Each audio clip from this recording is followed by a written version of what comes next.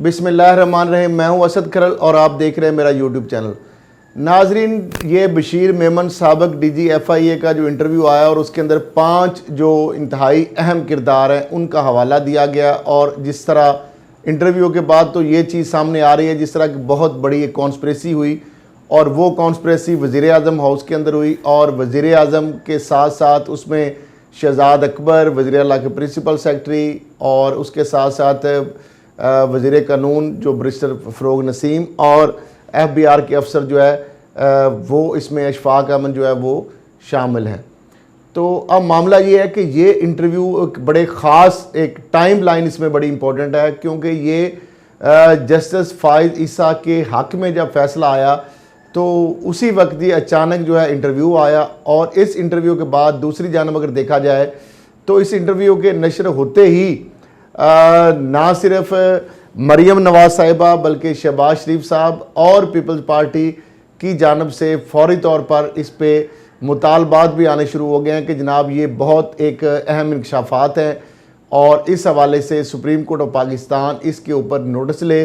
और किस तरह वज़ीर आज़म जो है वो साजिशें वहाँ पे हो रही थी और किस तरीके से जनाब इसमें वो मुलव्वस हैं। अब ये एक पूरा एक नैरेटिव इसमें बनाने की कोशिश की जा रही है, और इसमें ये भी खबरें आ रही हैं, ये इस तरह की इतलात भी हैं जो ज़राए से हमारी कि शायद नून लीग या किसी को आगे करके सुप्रीम कोर्ट ऑफ पाकिस्तान भेज दिया जाए कि जनाब देखें कि वज़ीर आज़म साहब किस तरीके से सिटिंग जज साहबान जो है उनके ख़िलाफ़ मुख्तलिफ़ इदारों को किस तरह अहकामात दे रहे हैं, और उनके साथ साथ कौन कौन इस साजिश के अंदर मुलव्वस थे। और ये वो चीज़ें हैं जिससे एक वज़ीर आज़म साहब या दीगर जो अहम शख्सियात हैं, जो 4 किरदार हैं, उनको इसमें मुलव्वस करने के लिए बाज़ जो PTI के लोग हैं वो कह रहे हैं कि इसको ये एक साजिश हो सकती है वज़ीर आज़म और उनके साथियों के ख़िलाफ़, और एक ख़ास वक़्त में ये इंटरव्यू आना और उसके बाद फिर इस तरह के मुतालबात सामने आना, इससे ये साबित हो रहा है या इससे ये चीज़ें कोशिश की जा रही है कि किसी न किसी तरीके से इस मामले को के अंदर वज़ीर आज़म और शहजाद अकबर के साथ साथ वज़ीर कानून और इंसाफ, उनके प्रिंसिपल सेक्रेटरी और FBR जो है उनके अफसर को जो है मुर्द इल्ज़ाम ठहराया जाए, और उनके ख़िलाफ़ कार्रवाई जो है उस हवाले से सुप्रीम कोर्ट ऑफ पाकिस्तान से रजू किया जाए, या उनसे दरख्वास्त की जाए कि इस हवाले से एक कमीशन बनाया जाए, या जो भी इसके हवाले से इंक्वायरी होनी चाहिए, और इसमें जो भी ज़िम्मेदार अगर हैं कोई किरदार तो उनके ख़िलाफ़ कार्रवाई अमल में आनी चाहिए। अब ये एक तरफ तो ये सामने आ गई चीज़, दूसरी जानब कुछ मखसूस जो चैनल हैं या अखबारात हैं उन्होंने इस चीज़ को बहुत ज़्यादा हाईलाइट किया है, और इसके साथ साथ ये जो चीज़ें हो रही हैं, ये जिस तरीके से ये चीज़ें सामने आ रही हैं उससे ये लग रहा है कि ये एक पूरा एक प्री प्लान और बाय डिज़ाइन ये चीज़ें जो हैं उस तरीके से ये सामने आ रही हैं, ये इसको आगे ले जाने की कोशिश की जा रही है। तो अब मामला ये है कि ये एक ऐसी चीज़ है कि अगर इस पर जुडिशल कमीशन बनता है, कमीशन ऑफ इंक्वायरी जो एक्ट है उसके तहत बनता है, या सुप्रीम कोर्ट ऑफ पाकिस्तान के चीफ जस्टिस अगर इस पर सो मोटो ले लेते हैं, तो ये एक नया पंडोरा बॉक्स खुल जाएगा, और उसके बाद ये एक दोबारा से एक चीज़ें जो है बहुत सारी इसमें शामिल हो जाएंगी। तो अब देखना ये है कि ऑलरेडी एक मुल्क जिस तरह एक तरफ कोरोना जो है उसका हम शिकार हैं, फिर वबा तीसरी जो लहर है उसकी, उसके साथ साथ जो मुआशी सूरत हाल है पाकिस्तान की वो भी आपके सामने है। सियासी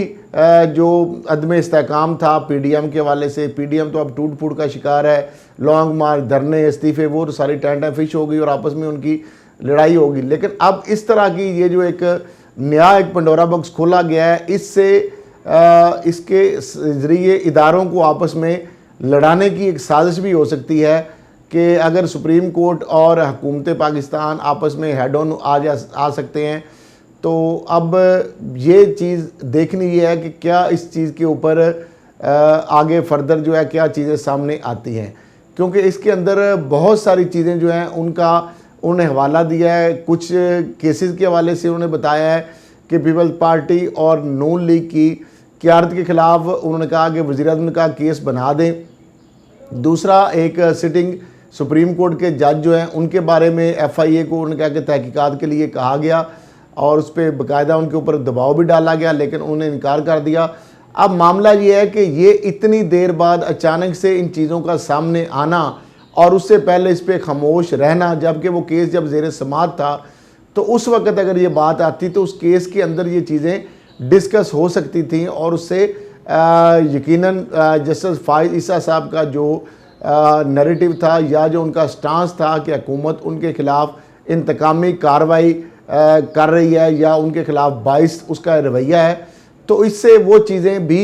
बहुत हद तक प्रूव हो सकती थी अगर सुप्रीम कोर्ट में जब बशीर मेमन साहब इन चीज़ों को अपनी जो उन्होंने इल्ज़ामात लगाए उनको अगर प्रूव करने में कामयाब हो जाते।